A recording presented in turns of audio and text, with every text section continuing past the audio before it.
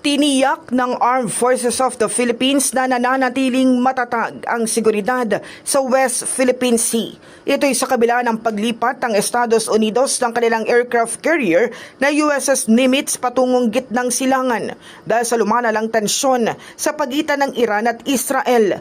Nabatid na ang deployment ng USS Nimitz ay bahagi ng nakaschedule na operasyon ng US Navy sa Indo-Pacific, ngunit isinabay na rin ito sa pagresponde sa tumitinding sitwasyon sa Middle East.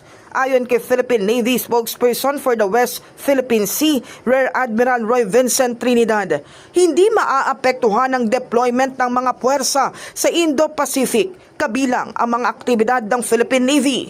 Paliwanag niya na ang maganda sa maritime power ay ang pagiging dynamic nito. Hindi ito static. Sa konteksto ng Pilipinas, hindi lamang nakatuon ang Philippine Navy sa isang partikular na bahagi ng teritoryo, kundi patuloy silang nagpapatrolya sa buong kapuluan.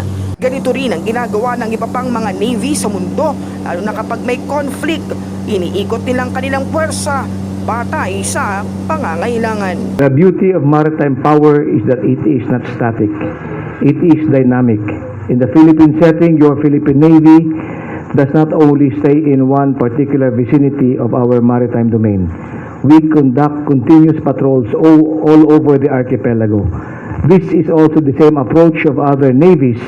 Where there is a conflict or potential hotspot, they move around their naval forces. That is all part and parcel of having a naval force.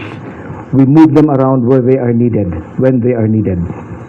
So wala pong effect yan sa ating maritime security in the West Philippine Sea. In the heart of changing lives, ako si Brigada Kath Austria ng 105.1 Brigada News sa Manila, The Music and News Authority.